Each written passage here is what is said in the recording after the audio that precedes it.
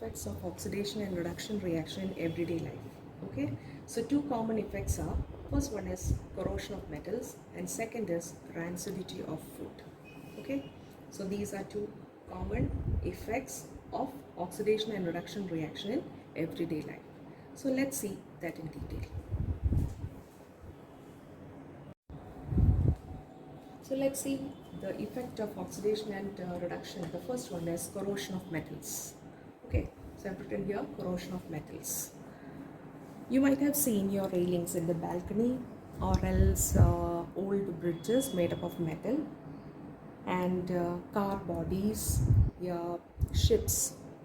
Okay, so there you can see a rough, when you touch it, you can feel something rough that pricks your hand. Okay, so that means you say that the railing, yeah, the metal is corroded, or else what is the phenomenon that occurs? There occurs the corrosion, or in common word you call that as what? The rust. There occurs a rust in your railing, metal railing. Okay, so now let's see the definition that we want, and that is the process in which metals are eaten up gradually by the action of air, moisture, and or a chemical on their surface. You might have visited certain factories, okay, certain plants, etc. So there you can see that if it is a chemical factory, you can see you can feel the corrosion, or else when you touch it, same procedure, you can find that it is being rusted. Okay, certain what is that, parts of the plant or else pipeline. So what all things are necessary for corrosion? Action of air, that is it is exposed to air, moisture, that is water content, and a chemical on their surface. You know that nowadays it's very polluted and you can find that. That is why I've taken the example of the metal railing of your balcony. When you touch it, you can see that there is rust. So what you do is you use a sandpaper to remove that rust. Okay, so the definition is the process in which metals are eaten up gradually by, it's very important, by the action of air, moisture, or a chemical on their surface. And that process, example, we call that as the rusting of iron. There is iron railing, iron bridge, okay, car parts made up of iron. When it is exposed to oxygen, when it is exposed to moisture, if the moisture, amount of moisture is more, oxygen is more, what happens gradually? Here I have written eaten up gradually, so it is a slow process. Okay, not in one day, it's a slow process, and what happens? A rust is being formed, that is 2Fe2O3 with X molecules of water. The X molecules of water, you call it as the water of crystallization, that we'll learn in the coming chapter. So here formula of rust is 2Fe2O3 with, that is dot is with X molecules of water. Okay, so this X can take any number, any dosage of water. Okay, so that is the reason why it's not 2H2O, it is 2XH2O. Okay, so you should know the formula for rust. And what is the chemical name? Hydrated iron 3 oxide. Okay, that is rust. And this rusting of iron is a redox reaction. You just have to memorize RRR. Okay, a rusting of iron is a redox reaction. Iron reacts with moisture, that is 2XH2O, reacts with air or a chemical substance. What is formed? Rust is formed. Okay, so this is the chemical reaction, yeah, that happens in corrosion of metals. Hope that is clear for you.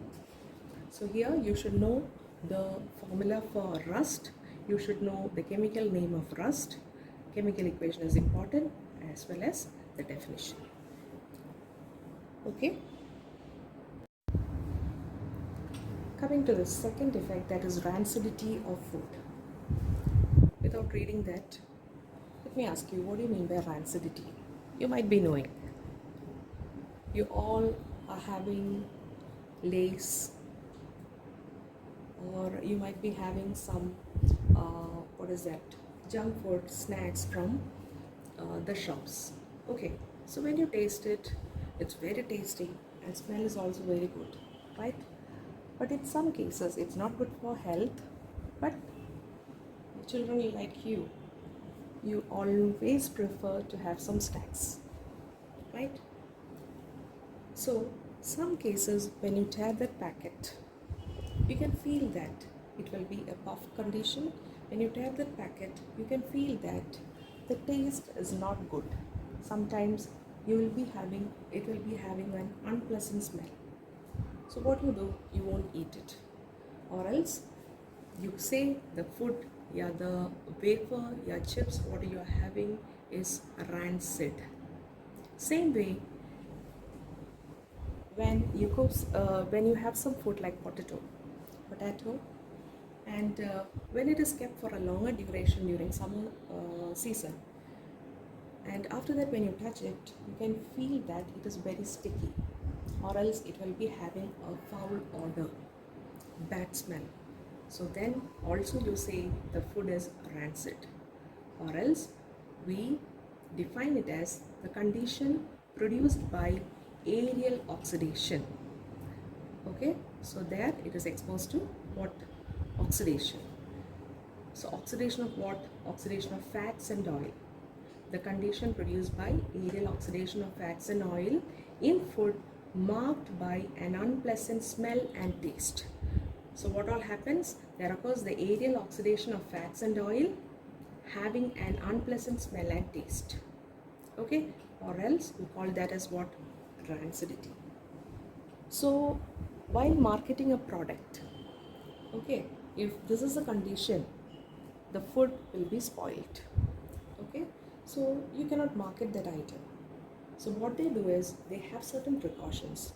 They stick to the precautions so that it will be marketed. Okay, so let's see what are the precautions taken to avoid the rancidity.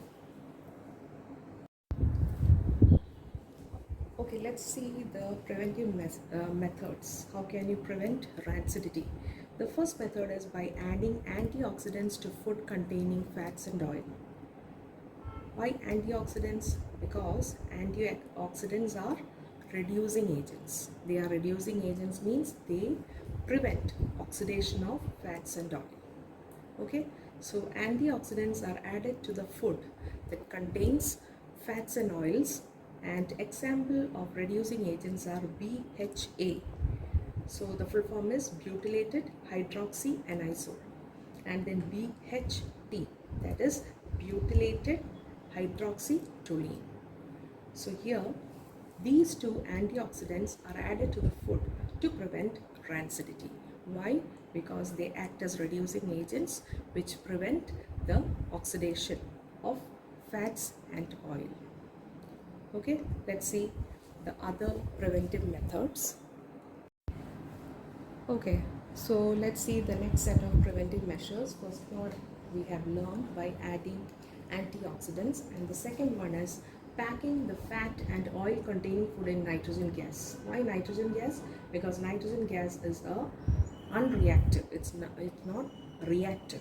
Okay, it's an unreactive gas. So what happens? There won't be any oxidation, and hence the rancidity is prevented.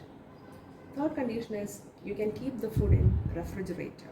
Okay, that is oxidation. So when you keep the food in your refrigerator, what happens? The oxidation will be slowed down because there you have low temperature. So in low temperature the oxidation slows down, or else food is kept in refrigerator. Then the fourth point is you can keep the food in airtight container. So that means little exposure to oxygen, right? So when you keep that in an airtight container, it will not be exposed to the outside oxygen, or else there will be little exposure to oxygen. That means it retards oxidation. And the fifth is you can store the food away from sun. So these are the 5 preventive methods for rancidity. Okay. And thank you for watching. Please do like, subscribe, share, comment. Thank you.